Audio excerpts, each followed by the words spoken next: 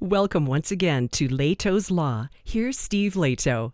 We often hear about municipal employees, which could be city workers or police officers and so on, who are involved in fights over their jobs. And because they're union jobs, quite often to fire somebody like that, you've got to jump through a bunch of hoops. And they've got to do very, very specific things, but they get hearings and so on. And once in a while, you hear these stories about these protracted battles over somebody's job. And every now and then you kind of go, what? When you hear what the underlying fight is over. So occasionally you hear about police officers who did ridiculous things and got to keep their jobs. And then you'll occasionally hear a story like this, where from PE.com, which stands for Press Enterprise, out of Ontario, California. Ontario's 3-year quest to fire a woman over alleged theft of $2.99 protein bar fails. So the allegation was they thought that she had stolen a protein bar for $2.99. And because of that allegation, they went to fire her, and they spent 3 years trying to fire her, and they failed. So Brian Rokos wrote the story. John, Jeremy, and Tim all sent it to me.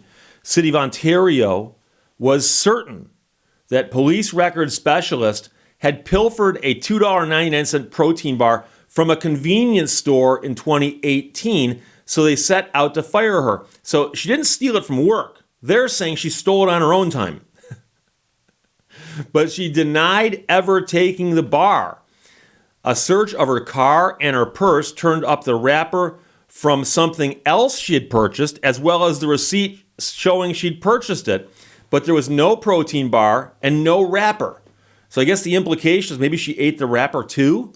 But a grainy video of the alleged theft, which received Zapruder-like scrutiny, was judged inconclusive even by the expert paid by the city to look at it. And an independent arbitrator, after a 3-day hearing, found there was no cause to fire her and ordered the city to reinstate her with back pay. For the one or two people in the audience who don't know, Abraham Zapruder is the one who shot the famous footage of the Kennedy assassination, standing near the grassy knoll. Nevertheless, the city council, after listening to testimony, voted in a closed session in 2020 to uphold the dismissal. But now a judge in San Bernardino County, after weighing the evidence, found that the theft had not been proved and ordered the city council, in a tentative ruling issued December 20th, to abide by the arbitrator's decision. So they went to arbitration and they lost. They fired her anyway. The court says you can't do that. You've got to honor the arbitrator's decision. That's what that process is for. So she's now 30 years old. She said it was 3 very long, stressful years, but I can't even begin to tell you what it feels like to finally get justice. There are many times I wanted to give up, but it wasn't for my support system, my family, my friends, my union. My gosh, we wouldn't be here without them. She said she was never arrested, never charged with a crime. It's unclear when the city council would act on the judge's order.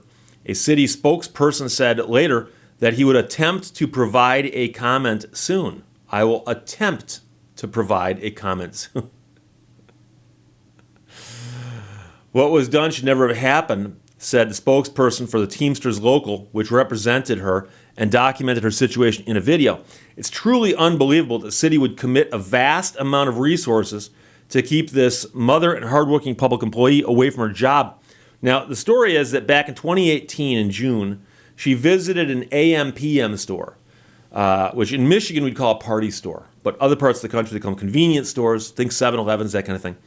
Perez visited the AM/PM store near the police station in June of 2018. As she shopped, she said in an interview, she picked up the bar, read its nutritional information, and then put it back. The video showed her bringing her hand back near a pocket, the judge wrote, but she then paid for the other item and coffee and left. Now, the manager watched all this happen on the store's surveillance video and believed that the woman had pocketed a protein bar. But she did not confront the woman because she was wearing her civilian police uniform, and instead later drove to the police station and reported the incident. With the supervisor unavailable She returned to the store and that day discussed what happened with an officer who was shopping. So that officer watched the video and asked the manager to play it several times, including at least once frame by frame. And so that is Zapruder-like precision. There are experts on the Kennedy assassination out there who can tell you what frame certain things happened in. This supervisor left unconvinced that a theft had occurred, the judge wrote, but reported the incident to a detective, and then they all watched the video, and then they all came to the conclusion that she had stolen the bar. At the end of an internal affairs investigation that included the fruitless search, she was told she was being fired. Now, she had a bargained right to a last-ditch hearing before an impartial arbitrator, and in July 2019, the arbitrator apparently watched the video. And this video was played so many times, and it felt that the more they played it, the more they hoped to find something, as if the video is going to change, she said. The problem, of course, now is that this video is not terribly clear. It was live when I watched it. It didn't look like, little pixels and whatever the fuzzy stuff looks like, the police officer testified. So police officer says that he saw it and it was clearer than what was being shown to the arbitrator. So the detective who had been brought back to the scene acknowledged that she never saw the video that supposedly clearly showed a theft, the judge wrote. And the city's video expert said it was inconclusive whether she took the protein bar in the video. Based off the quality of the video, the frame rates, lighting, the pixels, you're unable to tell if it's just a reflection, if there's anything in her hand at all. One of the people testified according to the ruling. Even so, after the arbitrator ruled and said they got to give her job back, the city council voted 4-1 in October of 2020 to fire her. Council members gave considerable weight to the testimony of the police officers about the clear video that they said they saw that was not entered into evidence, while ignoring the detective's opinion that the woman had not shoplifted. And the judge described that as problematic, that one of the officers said, I don't think she did it, and the question is whether there actually is a clearer video out there. The judge wrote, the weight of the evidence does not support the city's findings. And the question, of course, is once you enter into an arbitration and you get an arbitration award, unless there's actual findings of fact that the arbitrator makes and you have a record of all the hearings, and if you're allowed to go back and appeal it, many times you can't unless there's fraud or corruption or something. So the judge wrote, the weight of the evidence does not support the city's findings. Meanwhile, the woman continues to insist she did not steal the bar. After graduating from high school and attending Mount San Antonio College, she applied for various jobs at police departments, and Ontario police even visited her home while doing a background check before hiring her. So she says that she knew that the rules were important to follow. So with the way she said the city treated her, well, she returned to her job. And she says, absolutely. She's got children between the ages of 9 and 2. She says she wants them to be proud that she fought City Hall and won. This really, really taught me a lesson, and it's to stand up for myself. And by going back and working, that would be the purpose to clear my name. So, it's a bizarre case because the accusation is somebody thought she'd stolen a protein bar for $3. Somebody thought that. They didn't see her do it with their own eyes. They watched her do something on a monitor, which they thought was her stealing the bar. So the monitor is all we have. We do not have somebody who had eyes on her when this did or did not happen.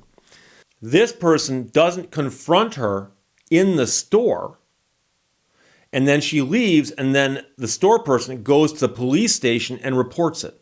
Now, the fact that they searched her car and found nothing, most people are going to say, of course not.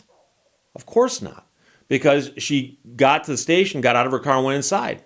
So very easily, you can imagine that a person could eat the bar and dispose of the wrapper inside the building. So I would have to look at this and go, gee, the person who's running the store, probably is one person, by the way, who's running the store, don't they have an obligation to say something at the moment? And the implication is she didn't because it was a police officer. She thought a police officer was stealing. But then she went to the police station and filed a complaint about it. So that's problem number one. But problem number two is if the only piece of evidence they have is this videotape, and by the way, the store owner would know that, or the store worker would know that. Person working in the store would know. We've got a bunch of cameras. Only one of them caught this because it sounds like they watched one videotape over and over and over again. They refer to it as a video. And I'm wondering if it is a good modern digital system or if it is something actually using like videotapes, VHS tapes or something. And, I've seen surveillance video that looks good and I've seen surveillance video that looks horrible. Now, if this happened in a well-lit store, they've got no excuses for it to be that bad. But of course, it all depends on the angles and so on, how somebody's standing. So the real question is, if you have an employee and there's a union contract that says that they must be employed, as long as they don't do the certain things they're not allowed to do, they must, retain their employment and so on, and you want to fire them, you've got to look at the list of things for which they can be fired. But then you've also got to be able to prove that. Now, the interesting thing is here, I suspect that the standard of proof would not be beyond a reasonable doubt because that's not a criminal hearing, even though the allegation is criminal in nature. It's not happening in a courtroom. It's happening in an arbitrator's setting. And so I suspect the arbitrator is going to say it's a preponderance, more likely than not. Now, I could be wrong on that, but my point simply is this, that someone's going to have to prove to some standard that this woman stole the protein bar. How do you prove it? Well, no witnesses saw it live, but one person watched it happen on video, presumably live, and then someone else says, I saw them play back that tape. But when they bring the tape into the hearing, the tape is not something you can see that well. And somebody says, well, I thought I saw a clearer tape. Where's the clearer tape? And, the onus is on the people bringing the charges to bring in evidence to win their case. And the best thing they've got is a grainy videotape that doesn't show anything. Don't tell me that you saw a different tape previously. It's not here. Because whose fault is that? So it's a crazy story all over a protein bar that costs $2.99. 3 years, she's getting her job back, and I believe she's also getting back pay for that time. So this is one of those things where you look at it and go, really, like, what? Was there something else going on here? Something else going on we don't know about? So, police records specialist in the city of Ontario. But Ontario's 3-year quest to fire a woman over an alleged theft of a $2.99 protein bar fails. It's from PE.com, Press Enterprise. John, Jeremy, Tim, thanks for sending it. Questions, comments, put them below. Let's talk to you later. Bye-bye. Thank you for watching Lehto's Law. Every day grants us opportunities to do good. Take advantage of them. Do good. Be happy.